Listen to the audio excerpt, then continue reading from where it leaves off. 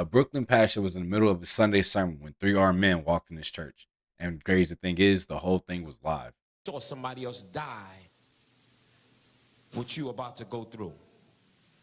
Yo, all right.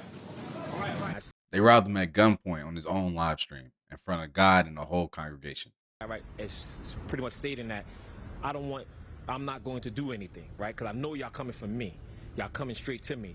I don't want my parishioners hurt, right? And they took what he claimed to be over $1 million worth of jewelry off a pastor during service. And the entire internet asked the exact same question. Why does a pastor have $1 million worth of jewelry on him in the first place? That one question started pulling a thread. And once that thread stopped, the pastor was in federal prison. And one of the craziest things about this whole case is that the people who robbed him end up getting less time than he did. If you appreciate this type of content, hit that like button down below. Let's get into it. So let's rewind, because Lamore Whitehead had a problem. And the problem was that he loved being seen.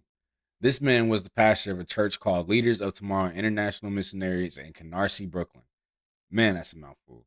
Now, Canarsie is a working class neighborhood. Regular cars, regular folks, regular struggle.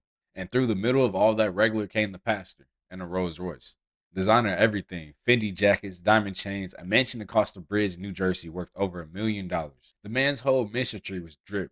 The people call him the Bling Bishop, and he did not fight the name. Now, here's your first red flag, and I need you to hold on to it till later. Before he was a bishop, this man did a 5-year bid in Sing Sing, New York for identity theft with dozens of victims across multiple states. He came home, and instead of lying low, he decided to open a church because the pulpit, I guess, was his next business opportunity. And business was booming because the bishop had one more accessory that mattered more than any chain. He was friends with the mayor of New York, like actual friends. The mayor once introduced him at an event as his good friend and good brother. That's not an acquaintance, that's a +1. So when a high-profile subway shooting suspect wanted to turn himself in, guess who brokered their surrender? The Bling Bishop, who pulled up to the police sprinkling in a gray Rolls-Royce and a Fendi jacket. It's a surrender, not the BET Awards, but that was the brand. Visibility at all costs. And if you're already screaming at your screen, drop a comment down below. Let me know who's the flashiest pastor you've ever seen in real life. I read every comment. That visibility is exactly what set up the most viral church moment of the decade. One Sunday in the middle of the summer, the bishop is preaching. The service is streaming live like always. And 3 men walked in, armed, masked, and with a purpose. And on a live broadcast, they proceeded to rob the bishop and his wife of everything shiny on their body. This included a $400,000 chain and a $75,000 Rolex. Keep in mind, this is what this man wore to work. And he worked at a church. The total claim came out to be about $1 million in jewelry. Although, keep that word claim in your pocket because the number later got disputed. The clip went viral internationally within hours. Everybody saw it. Everybody had jokes. But underneath the jokes, actual investigators were watching that footage too. And they had questions. All right, so the police did their job and then eventually arrested the robbery crew. 3 men were charged. One of them pleaded guilty and caught over 7 years in prison. And the bishop went on social media demanding harsh punishment. He said people like this should be off the streets. His exact words is that prisons were established for a reason. Now I need you to write that quote down, frame it, put it in the refrigerator because it's about to age like bad milk. Because while all this was happening, a woman by the name of Pauline Anderson had been trying to get anybody to listen to her. Miss Pauline was a nurse, a single mother in her 50s, and a member of the bishop's own congregation. She trusted her pastor. So when he offered to buy her a home and invest her money, she handed him her retirement savings, $90,000.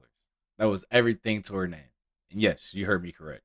And according to the prosecutors, the bishop spent it on himself, on the clothes, on the lifestyle, on the shine. And when she asked for her money back, he texted her and said that it wasn't an investment. He said it was a campaign contribution. A campaign contribution from a nurse's retirement. And I'm not going to lie, right here, I would have to ask the Lord for forgiveness because I'm going straight to the dark side. Oh yeah, and I forgot to mention, the bishop also ran for Brooklyn Borough president because of course he did. And Miss Pauline's money apparently was sponsoring the whole production. But it gets deeper. Prosecutors said that he also went after a businessman and squeezed him for $5,000. Then he tried to get the same businessman to loan him $500,000. Like, what is this guy thinking? And when the banks wouldn't play along, he allegedly sent them doctored bank statements, fake numbers claiming he had millions in bank and huge monthly revenue. My man was photoshopping prosperity. So now you got fraud claims, extortion claims, fake documents, and one very, very visible suspect. And when the FBI came to talk to him, he made one vital mistake. They asked him if he had a second phone. He said no. Whole time he had a second phone. Lying to a federal agent is his own crime.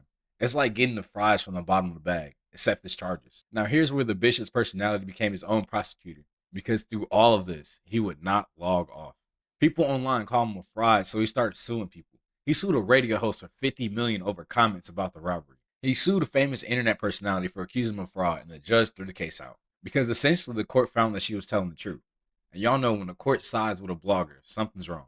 Eventually, the federal charges landed: wire fraud, attempted extortion, lying to the FBI.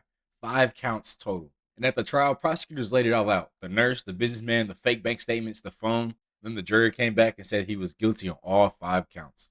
Every single one. And then the man couldn't stay quiet. While waiting for the sentencing, he went on social media claiming the whole conviction was a setup. Come on now. Accusing the prosecutors, the FBI, the victim's family, everybody but himself. So the judge revoked his bail. He talked himself from a couch to a cell instantly. And when the sentencing day came, he got 9 years fed time. Plus all the restitution and forfeiture on top. He was dealing with a really bad time. Now let's bring back that quote from earlier. Prison is established for a reason. He was so right about that statement. He just didn't know that it applied to him. And here's the detail that seals the whole story. The man who robbed him at gunpoint got 7 years. The bishop got 9. The victim of the robbery outsentenced his own robber. That's not irony. That's a whole Netflix pitch. So what's the lesson here? Honestly, it's the same lesson as every scammer story. The flash was never the reward. The flash was the bait. And eventually the biggest fish it caught was him. A man got robbed of $1 million on Livestream, and somehow that wasn't the worst thing that happened to him.